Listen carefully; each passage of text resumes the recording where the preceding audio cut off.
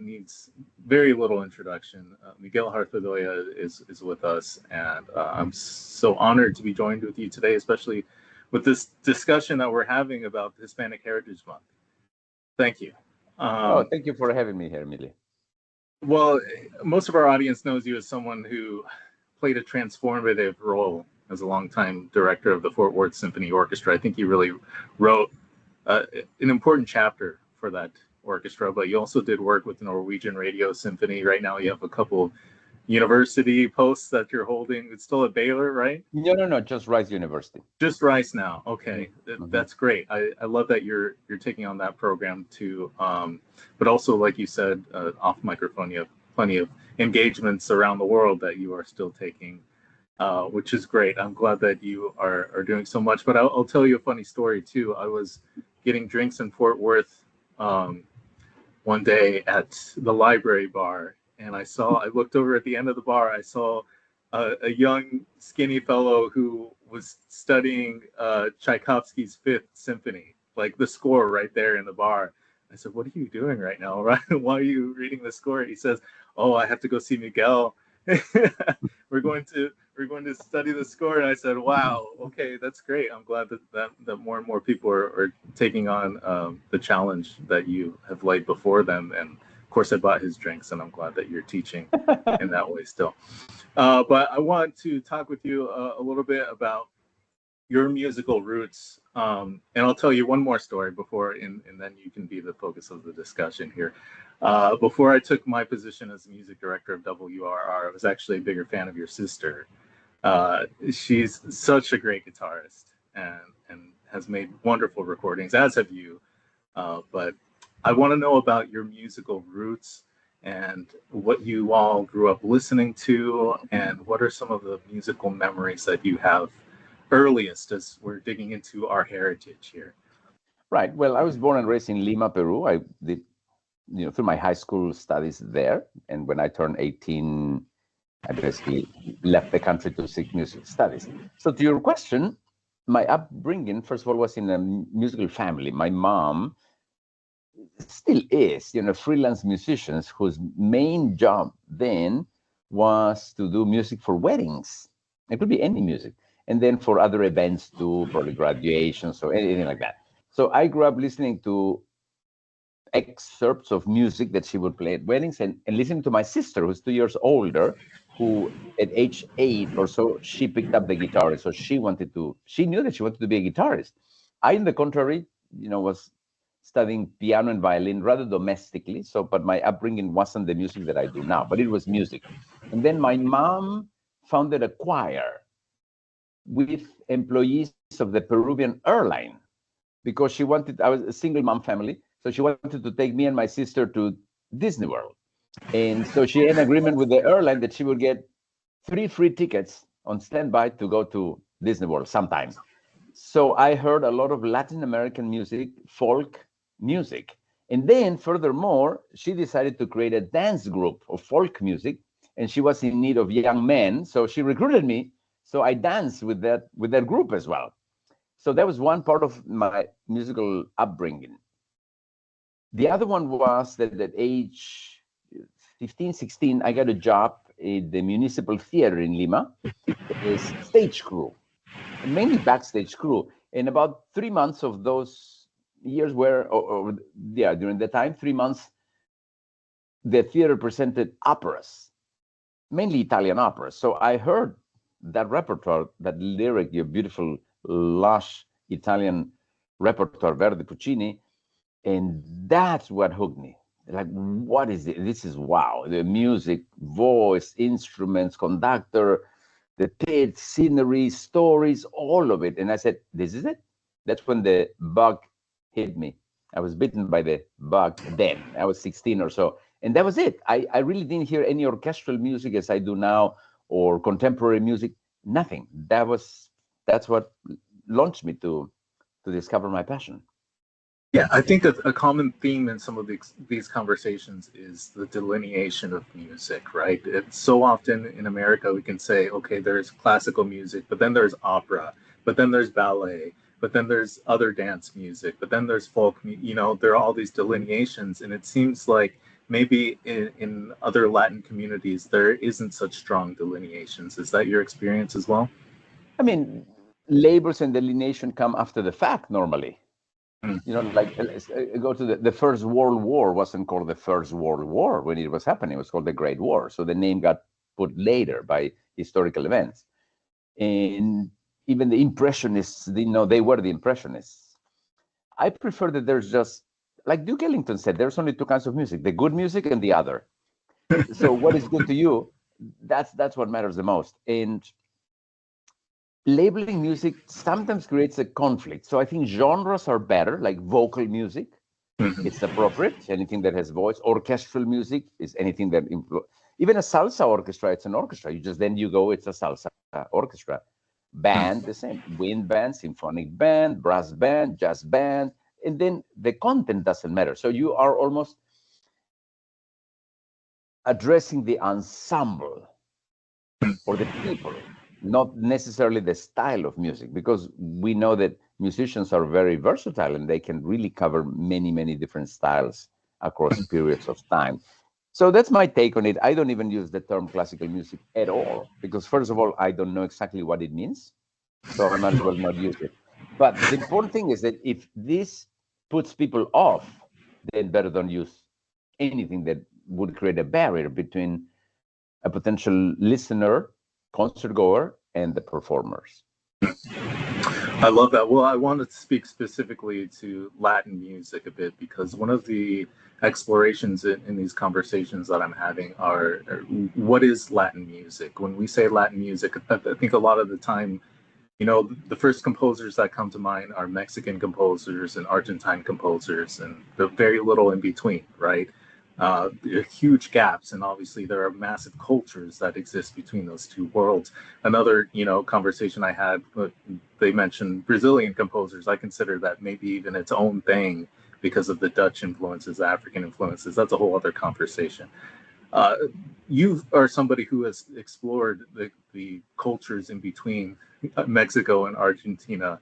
Talk to me a little bit about what your explorations have found in these cultures and how they should be represented with the orchestra. Right.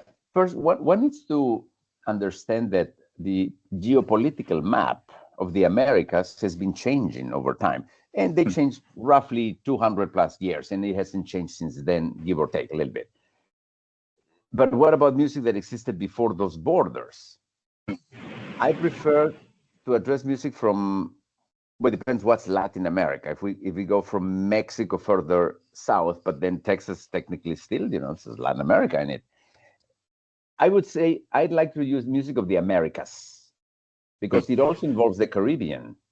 And Caribbean music, where does it? So let's just one big axis, north and south and south and north.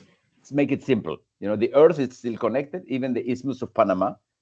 Now you have to jump the canal. Okay, but before the canal, you could literally be connected. And right. That's what I like to. Yeah. and then you go by regions and places. And that's it, because even within Colombia, there are so many different regions. Within Peru, so many regions, the mountains, the Amazon. And this has an impact on the music making. Same, it has an impact on the food that it's available based on whatever spot you were, literally.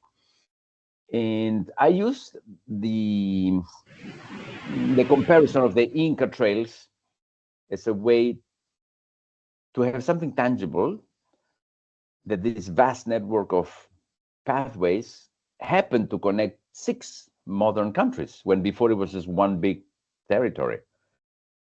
And I use these concepts so that there are no other barriers or borders that are beyond music and art.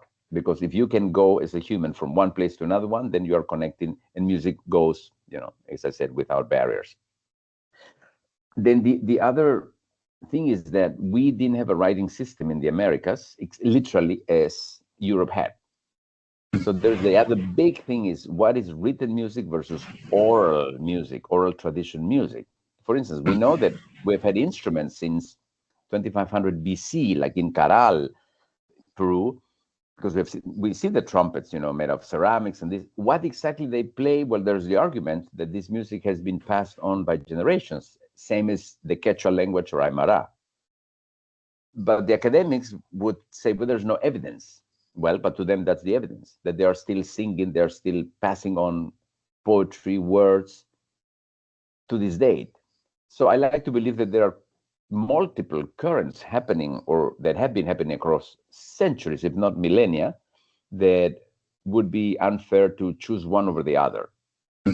So I've come to realize that for me, it's best to understand two things: the written document, either a book or a score, and the oral tradition of legends, fables, stories, myths, and music.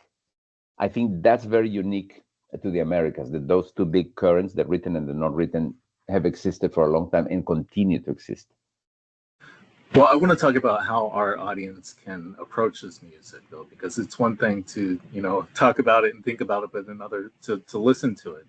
Mm-hmm. And you're somebody who's actually recorded this music with the Norwegian radio, and I love that record, by the way. But I think even some of the most generous reviews of music from the Andean regions is that it's primitive, right? Primitive Latin music. And that it's maybe just for an audience who really likes Stravinsky or something like that. That is, often the Western approach to this music. What is your opinion and how we should listen to it?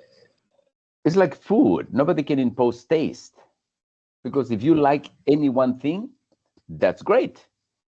So I don't have any imposition that people have to like, or much less analyze any type of music. This is also another key point. You cannot touch music, but music can touch you, right? Can touch your soul, can touch your feelings, right? So explain that. How is that possible? It's personal. It's between the person listening to any music, and let music do or not the job. That's my position as a performer. I'm there to recreate music that other people wrote. I'm not there to impose, you have to like it. Now, it's my best guess to choose music that can do that. But my question to you, I guess, even when I'm listening to that record with the Norwegian Radio Symphony, what did you do to prepare those musicians to play that music? How did you convey that to them? They just read what's in front of them. You don't have to do anything because it's written. See, that's the difference. It's written. And if the composer wrote his or her intentions, then our job is to read. That's what it is. Now, this is why when I work with artists that don't read music or bring oral tradition immersed with symphony orchestra, now I'm entering two different worlds. But as I said, I grew up in the folk tradition as well, so I'm very used to handling music that just floats in time. For instance, not long ago, I just did a program with Edna Vasquez and the San Francisco Symphony. She sings and I conduct the orchestra, and it's my job to figure out how do we put these things together. Yeah. Yes, and I'm still thinking about the listener here. How can we? Well, also, I guess when we're thinking about recording this music too, why is it not programmed more often then? If it is right. Now that's another big question, because it's the same thing as, why does this not restaurant prepare this dish? Well, I don't know. Talk to the owner, talk to their customers. That's a very good question, but it's almost an impossible question to answer, because you would have to find the location attached to your question. It's not about around the world. You have to say what, because if you go to certain countries, you will realize that they program certain music of a kind more often than other countries or other cities. So that's the way to get to your question. I don't think it's a global issue. It's just what it is, right? It's the same. If there's a famine, then you can't produce certain food, and that's it. And that could be an easy answer to say, why are we not doing that music? It always starts with the performers need to know the music first, because if you don't know the music, how can you then even think about programming? So it's a process that starts quite early. So that has been my passion for curiosity of repertoire. I've always been looking for what I don't know. And then years later, I can go back with these projects, as you mentioned, recordings. They don't come suddenly. I mean, those recordings took, 4, 5, 6 years to be thought of. And more importantly, when you do a recording, yes, it's great what comes out on the recording, but what about all the other pieces that didn't make it, that I had to eliminate? So there's always what we don't get to program as well. So I understand your dilemma. perfectly, but there's no right answer. I think I would always challenge the audiences just to be more curious for what you don't know and trust us, the performers, that now and then we're going to enhance your musical experience by us choosing what you could be enjoying. And it's a could be maybe, because you can't know what people may like. But there's one thing definitely across music of the Americas or Latin America and the Caribbean, these three requisites that are like a must: rhythm, rhythm, and rhythm.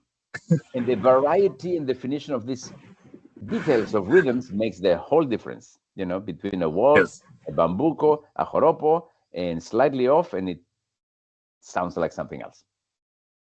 Well, then help me also, because I feel like I'm another person in this job, in this big network of music too. How can I do my job and program this music and help my audience to find this music? What is my role here? How should I approach this? You can create themes and arches, right? For instance, you can say, just as you said, from Mexico to Argentina. Well, that's a big stretch, but then you can go by neighboring countries, music from Argentina and Uruguay, maybe then go to Paraguay. So make a journey, travel with your listeners, and then, go to Brazil. Or now maybe we go down to Chile, and then we start traveling. Traveling is a great way to do this, because you also can add a bit of local history or trivia that makes the experience of listening unique. Yeah, I'll sell that to my higher ups. I need to travel more, I guess. But you can I'll tell travel them through music. Yes, yeah. As a matter of fact, look, what I have behind me, since this is also on video. Yes, let's do it. This is the poster I did. I did a Tanglewood years ago with the Boston Symphony, and the program right here, it says Caminos del Inca, a musical journey.